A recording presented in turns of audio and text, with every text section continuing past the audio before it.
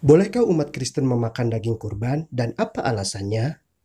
Setiap tahunnya, umat Muslim saudara kita di seluruh dunia merayakan perayaan Idul Adha, di mana beberapa dari kalangan umat yang mampu akan menyembelih hewan kurban berupa kambing, domba, atau sapi.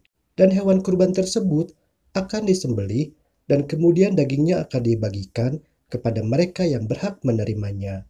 Mungkin di antara umat Kristen ada juga yang menerima pemberian daging kurban tersebut. Atau mungkin juga di antara kita ada yang diberi daging kurban yang telah masak oleh kerabat, sanak saudara, keluarga, teman, atau tetangga kita yang merayakannya.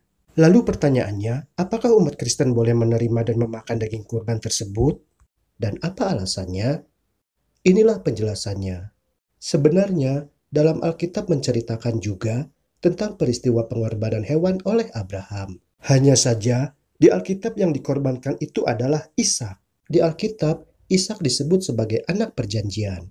Dan ketika Alkitab menyebutkan Ishak sebagai putra tunggal Abraham, adalah setelah sekian lama Ismail dan ibunya pergi karena diusir dan tak kembali lagi. Juga Ishak kemudian menjadi anak sulung dan mewarisi seluruh harta milik Abraham. Dan pada suatu hari atas perintah Tuhan, ketika Abraham akan mengorbankan Ishak putra tunggalnya yang sulung di salah satu gunung di tanah Moria, tiba-tiba tidak jauh dari tempat itu muncullah seekor domba yang tanduknya tersangkut semak belukar. Lalu Tuhan memerintahkan Abraham untuk menyembelih domba tersebut sebagai gantinya Ishak putranya yang sebelumnya akan dikorbankan. Peristiwa pengorbanan yang akan dilakukan oleh Abraham tersebut adalah bukti nyata ketaatan Abraham kepada Allah. Alkitab mengatakan bahwa Abraham adalah sosok seorang yang benar dan takut akan Allah. Kejadian 22 ayat 12. Lalu ia berfirman, "Jangan bunuh anak itu dan jangan kau apa-apakan dia, sebab telah kuketahui sekarang bahwa engkau takut akan Allah dan engkau tidak segan-segan untuk menyerahkan anakmu yang tunggal kepadaku." Ketika sudah dewasa, Yakub anak Ishak juga melakukan ritual korban hewan sebagai tanda ikatan perjanjian dengan Laban. Yakub juga mempersembahkan korban hewan sembelihan kepada Allah Ishak ayahnya dan kemudian Tuhan memberkatinya.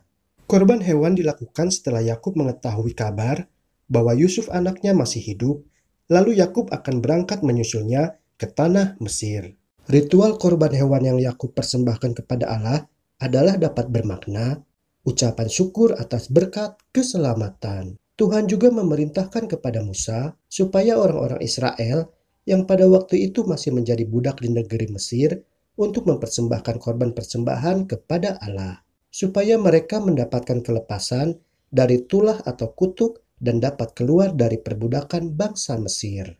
Dan persembahan korban hewan yang dilakukan oleh orang-orang Israel ketika masih menjadi budak tersebut adalah memiliki makna sebagai kelepasan atau kemerdekaan. Dan singkatnya, setelah orang-orang Israel keluar dari negeri Mesir, lalu mendiami tanah Kanaan dan menjadi sebuah bangsa, lalu Tuhan memberikan perintah atau hukum tertulis beserta segala aturannya kepada bangsa Israel yang pada waktu itu adalah sebagai umat milik Allah, yaitu untuk melakukan berbagai macam upacara korban persembahan, yaitu beberapa di antaranya bertujuan untuk persembahan korban untuk ucapan syukur, persembahan korban Paskah untuk merayakan kemerdekaan dari perbudakan bangsa Mesir, persembahan korban untuk menghapus atau membersihkan dosa, dan persembahan korban untuk tujuan lainnya. Dan semua ritual upacara korban tersebut harus dilaksanakan oleh bangsa Israel sebagai bukti ketaatan dan ikatan perjanjian mereka terhadap Allah,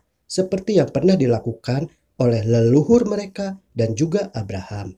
Yang sebenarnya semuanya itu adalah merupakan bayangan atau yang melambangkan pengorbanan Yesus sebagai anak domba Allah yang mati disalibkan untuk menggenapi semua ritual upacara korban tersebut. Jadi karena kematian Yesus sudah menggenapi seluruh jenis upacara ritual korban hewan tersebut, maka umat Kristen sudah tidak lagi melakukan ritual yang sebenarnya dulu menjadi bayangan atau lambang pengorbanan kematian Yesus Kristus. Karena kematian Yesus telah melepaskan dan memerdekakan kita dari perbudakan dosa seperti orang-orang Israel yang terbebas dari perbudakan bangsa Mesir. Kematian Yesus juga telah menyelamatkan kita seperti Allah telah menyelamatkan Yusuf di tanah Mesir yang melambangkan kehidupan di dunia ini. Menerima pengorbanan kematian Yesus dengan cara beriman kepadanya dan menjalankan perintah hukum Tuhan adalah sebagai bukti ketaatan kita kepada Allah. Sebagaimana Abraham yang taat hendak mengorbankan Ishak karena menjalankan perintah Tuhan. Domba yang disembelih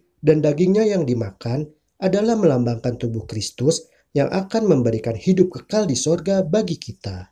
Jadi, meskipun umat Kristen sudah tidak lagi merayakan berbagai jenis ritual upacara korban hewan, karena sekarang kita sudah menerima penggenapan dari lambang tersebut, tetapi kita juga boleh menerima dan memakan daging hewan kurban yang diberikan atau disajikan kepada kita. Dan itu adalah daging halal.